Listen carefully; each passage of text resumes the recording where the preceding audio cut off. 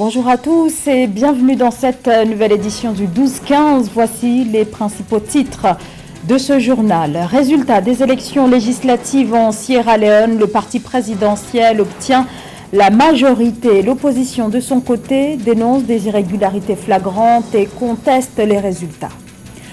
Le Parlement togolais autorise la ratification de l'accord de coopération sur l'éco, future monnaie des pays de la CEDEAO, ceux qui ont pour actuelle devise le franc CFA.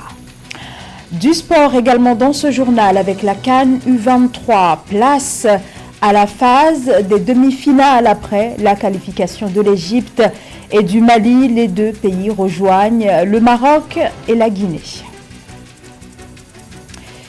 Le Parti du peuple de la Sierra Leone, le parti du président réélu Julius Maada Bio, obtient la majorité aux élections législatives en décrochant 81 sièges selon les résultats annoncés le 1er juillet par la commission électorale. La formation devance le parti du congrès de tout le peuple de l'opposition qui récolte 54 sièges.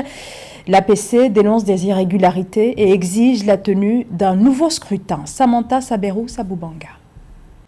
En Sierra Leone, le parti présidentiel a remporté samedi 1er juillet 2023 la majorité aux élections législatives selon des résultats annoncés par la commission électorale mais contestés par le principal parti d'opposition qui, jugeant les résultats truqués, a annoncé qu'il renonçait à siéger à l'Assemblée nationale.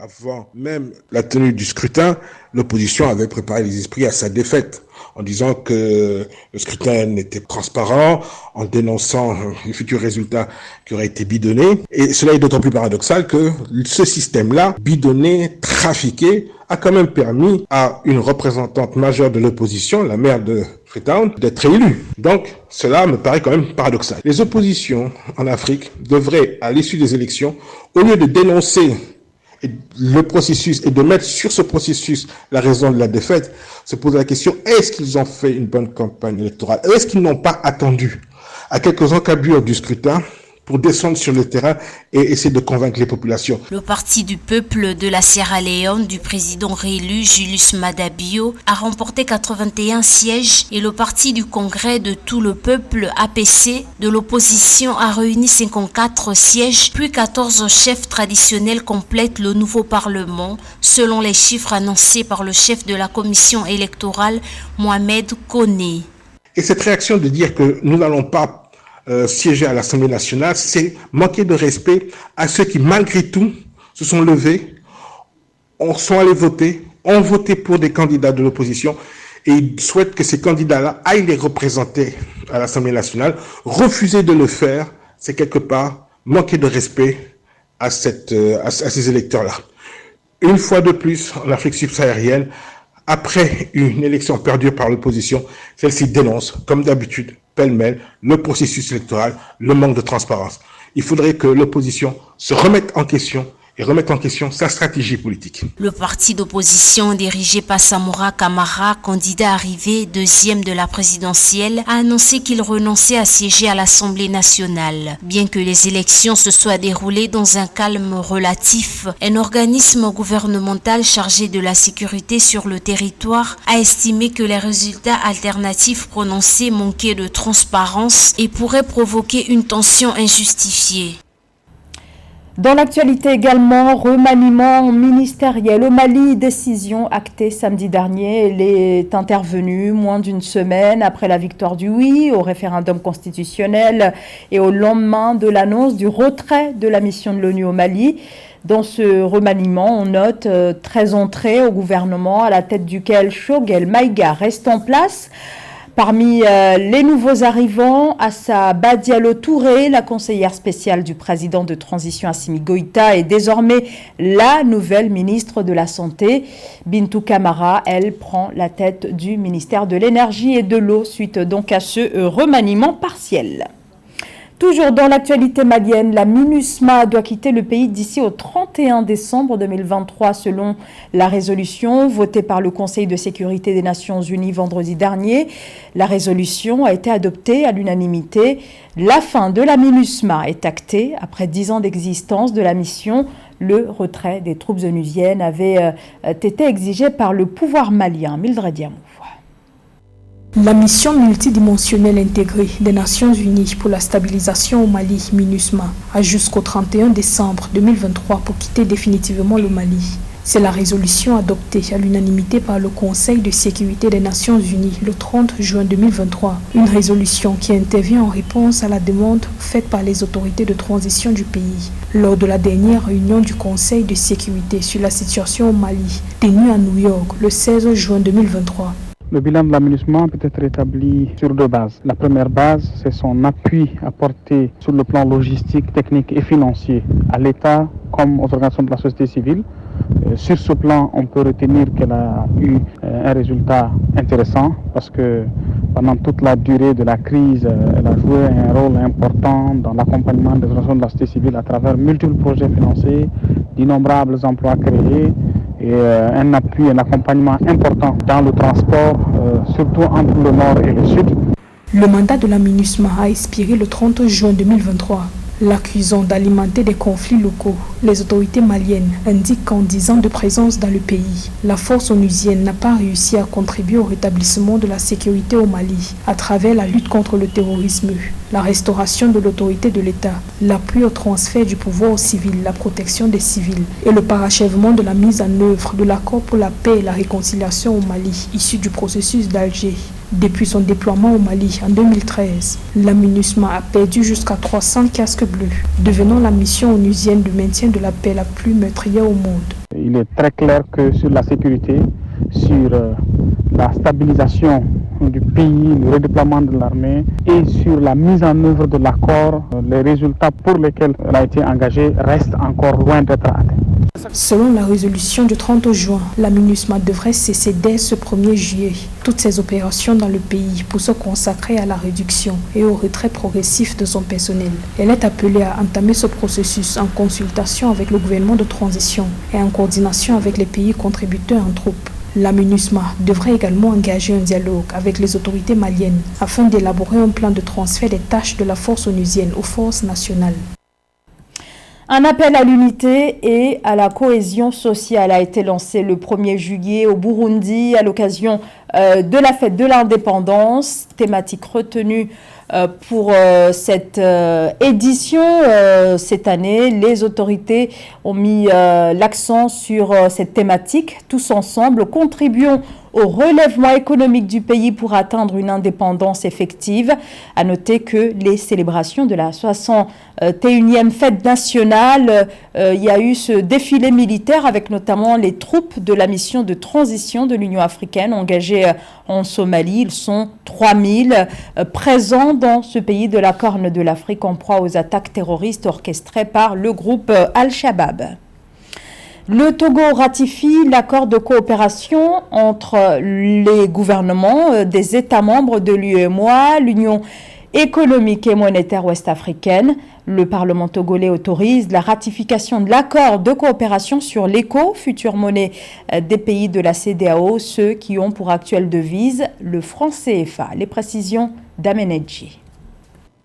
À l'Assemblée nationale togolaise, les députés ont voté jeudi 29 juin 2023 la loi autorisant la ratification de l'accord de coopération monétaire entre le gouvernement des États membres de l'Union monétaire ouest-africaine UEMOA et le gouvernement de la République française. Une étape qui marque pour le pays et la sous-région la suite d'un processus entamé depuis 2019 suite aux nombreux débats autour de l'avenir du franc CFA, perçu par une partie de l'opinion publique comme un héritage colonial à remplacer. Les débats aujourd'hui par rapport à la situation économique et financière des pays de l'UEMOA et le processus d'intégration dans les pays de la CEDEAO remet sur tapis la problématique de l'arrimage du franc CFA à l'euro. Et dans ce contexte, le passage à l'ECO devait être une solution dans la mesure où tous les pays de la CEDEAO devaient adopter un mouvement d'ensemble.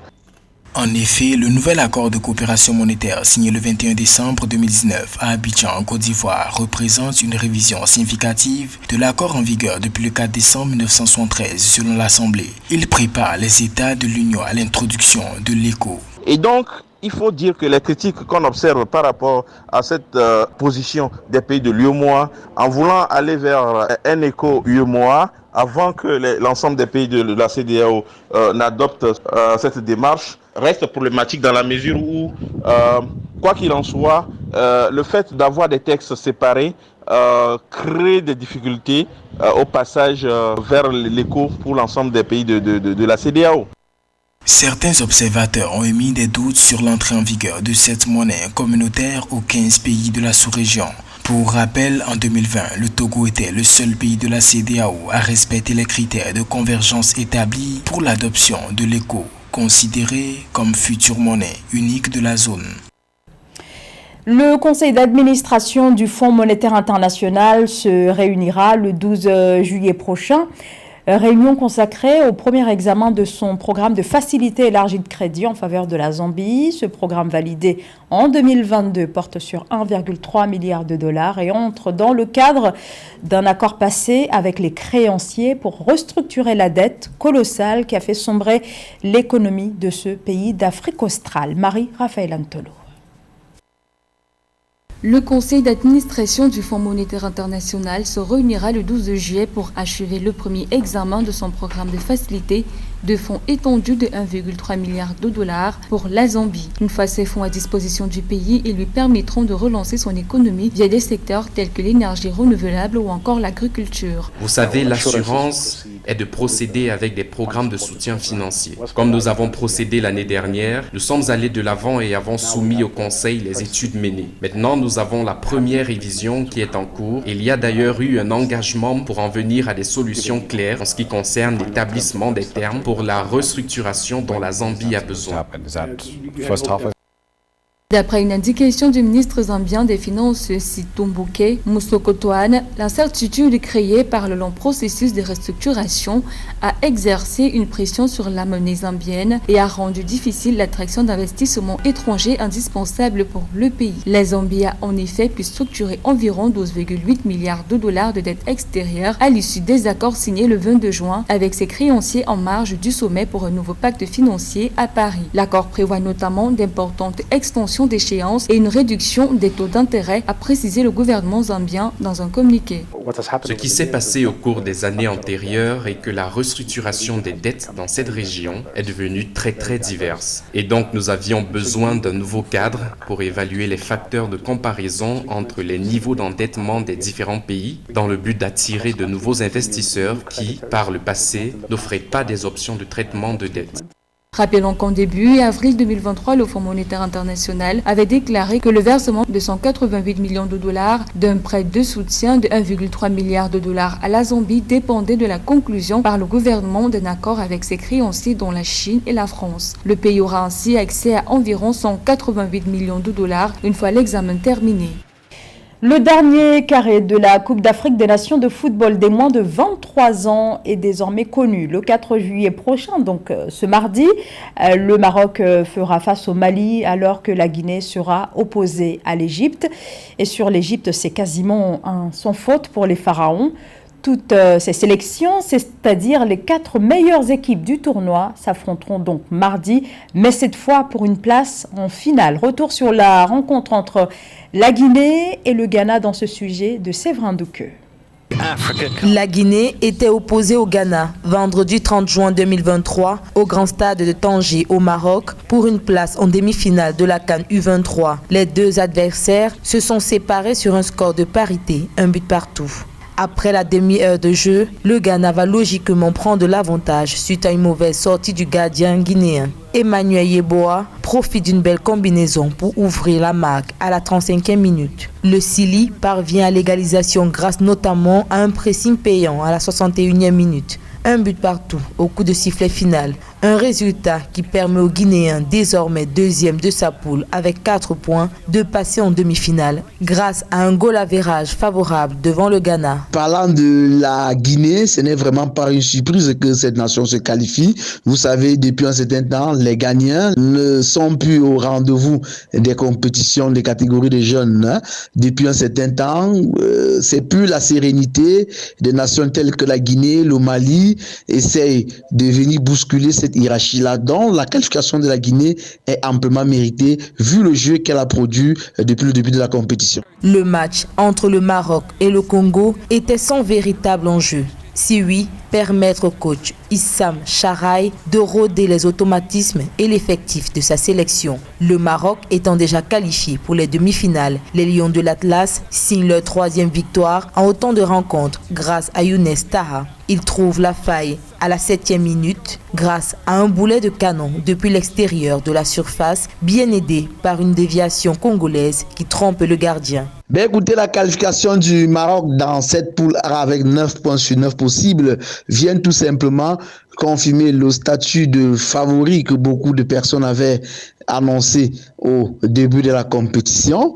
Et dans cette condition, vraiment, il sera très très difficile pour les autres nations de jouer cette équipe en forme et devant son public. Le Maroc et la Guinée poursuivent donc la compétition. Les Lions de l'Atlas jouent contre le 2e du groupe B, l'Égypte, le Niger ou le Mali. Et c'est la fin de ce journal. Merci de votre fidélité. Dans un instant, une nouvelle édition de l'actualité sur Africa 24.